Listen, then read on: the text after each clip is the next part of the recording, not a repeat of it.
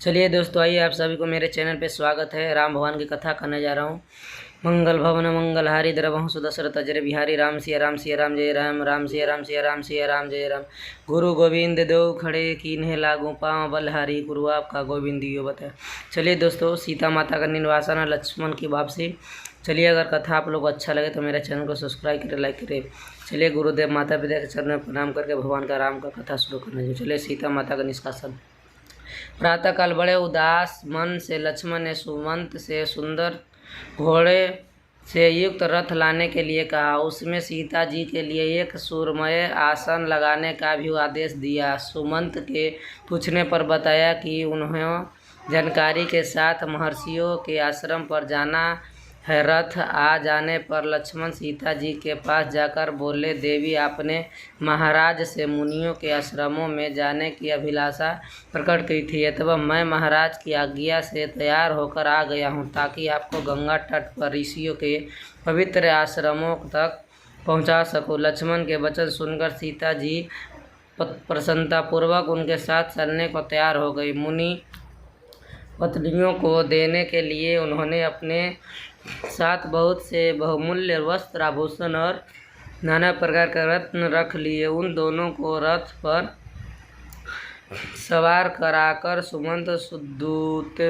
गति से रथ को वन की ओर ले चला। मार्ग में सीता लक्ष्मण से कहने लगी, वीरवर, मुझे बहुत से अपशगुन दिखाई दे रही है। मेरी दाईं आँख फड़क रही है, शरीर कांप रहा है, हृदय अवस्था सा प्रतीत हो रहा है। तुम्हारे भाई कुशल से तो हैं, मेरी कब सासुएं आसानंद तो हैं। सीता की अधीर वाणी सुनकर लक्ष्मण ने अपने मन की उदासी दबाकर उन्हें धैर्य बंधाया। गोमती के तट पर पहुंचकर एक आश्रम में उन्होंने रात व्यतीत की। दूसरे दिन प्रातःकाल वे आगे चले और दोपहर तक गंगा के तट पर जा पहुंचे। गंगा की जलधारा को देखकर ही लक्ष्मण ने नेत्रों से जलधारा बह चली और वे फुट फुट कर रोने लगी। सीता ने चिंतित होकर उनसे रोने का कारण पूछा। लक्ष्मण ने उनके प्रश्न का कोई उत्तर नहीं दिया और रथ से उतरकर नौका का सवार हो सीता सहित गंगा के उस दूसरे तट पर जा पहुँचे। गंगा के उस तट पर नौका से उतर लक्ष्मण सीता से हाथ जोड़कर बोले, देवी, आज मुझे बड़े भैया ने यह कार्य सौंपा है जिससे सारे लोग में मेरी भारी निंदा होगी। मुझे यह बताते हुए भारी पीड़ा हो रही है कि अयोध्या में आपको लंका प्रवास की बात को लेकर भारी पदा फैल गया है। इससे अत्यंत दुखी होकर महाराज राम ने आपका परित्याग कर दिया है और मुझे आपको यहाँ गंगा तट पर छोड़ जाने का आदेश दिया है। वैसे यह स्थान सर्वथा निरापाद है, क्योंकि यहाँ महायशस्वी महर्षि वाल्मीकि जी का आश्रम है। आप यहाँ उपवास का परायण आदि करते हुए धार्मिक जीवन व्यतीत करें। लक्ष्मण के यो कठोर वचन सुनकर जनक नंदिनी को ऐसा आघात लगा कि वे मूर्छित होकर पृथ्वी पर गिर पड़ी। फिर चेतना आने पर बोली, लक्ष्मण, क्या विधाता ने मुझे जीवन पर्यंत दुख भोगने के लिए ही उत्पन्न किया है? मुझे पहले राघव के अलग होकर लंका में रहना पड़ा और अब उन्होंने मुझे सदा के लिए त्याग दिया। लक्ष्मण ने, मेरी समझ में यह नहीं आता कि यदि मुनिजन मुझसे यह पूछेंगे कि तुम्हें श्री राम ने किस अपराध के कारण त्यागा, तो मैं उन्हें क्या उत्तर दूंगा? मेरी सबसे बड़ी विडंबना यह है कि मैं गंगा जी में डूब कर अपने प्राण ही विसर्जन नहीं कर सकती, क्योंकि ऐसा करने से मेरे पति का राजवंश नष्ट हो जाएगा। तुम दुखी क्यों होते हो? तुम तो महाराज की आज्ञा का पालन कर रहे हो, जो तुम्हारा कर्तव्य है। जाओ, तुम लौट जाओ और सबसे मेरी सादर। मृतांत शरीर को ढोते हुए रथ पर बैठे और ही मूर्छित हो गए। दूर होने पे आंसू बहाने लगे। उत्तर सीता विलाप करते हुए चित्कार करने लगी। दो मुनि कुमारों ने सीता को इस प्रकार विलाप करते देखा तो उन्हें महर्षि वाल्मीकि के पास जाकर इसका वर्णन किया। यह समाचार सुनकर वाल्मीकि जी सीता जी के पास पहुँचे और बोले, पतिव्रते, मैंने अपने योगबल से जान लिया है कि तुम राजा दशरथ की पुत्र वधु और मिथिलेश की पुत्री हो। तुम्हारे परित्याग की बात भी मालूम हो चुकी है, इसीलिए तुम मेरे आश्रम में चलकर अन्य तपस्विनी नागरियों के साथ निश्चित होकर निवास करो। वे तुम्हारी यथोचित देखभाल करेगी। मुनि के वचन सुनकर सीता ने उन्हें श्रद्धा पूर्वक प्रणाम किया और महर्षि के आश्रम में जाकर रहने लगी।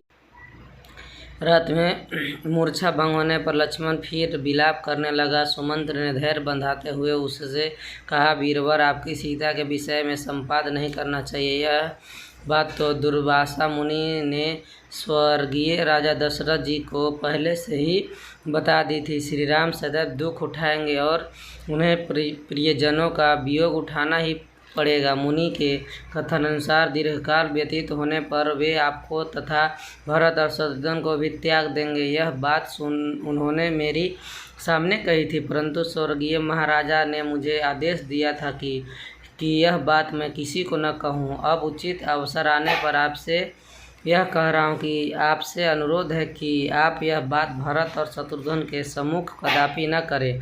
सुमंत्र की बात सुनकर जब लक्ष्मण ने किसी से न कहने का आश्वासन देकर पूरी बात बताने का आग्रह किया तो सामने से सुमंत्र ने कहा, एक समय की बात है, दुर्वासा मुनि महर्षि वशिष्ठ के आश्रम में रहकर चातुर्मास बिता रहे थे। उसी समय महाराज दशरथ वशिष्ठ जी के दर्शनों के लिए पहुँचे। बातों बातों में महाराज ने दुर्वासा मुनि से पूछा कि भगवान, मेरे वंश कितने समय तक चलेगा, मेरे सब पुत्रों की आयु कितनी होगी, कृपा करके मेरे वंश की स्थिति मुझे बताइए। इस पर उन्होंने महाराज को कथा सुनाई कि देवासुर संग्राम में पीड़ित हुए दैत्यों ने महर्षि भृगु की पत्नी की शरण ली थी। भृगु की पत्नी द्वारा दैत्यों को शरण लिए जाने पर कुपित होकर भगवान विष्णु ने अपने चक्र से उसका सिर काट डाला। अपनी पत्नी के मरने पर भृगु ने क्रुद्ध होकर विष्णु को शाप दिया कि आपने मेरे पत्नी की हत्या की है, जन्म लेने के पड़ेगा और दीर्घकाल तक पत्नी का वियोग सहना पड़ेगा। शाप की बात सुनकर महर्षि दुर्वासा ने रघुवंश के भविष्य संबंधी बहुत सी बातें बताई। उनमें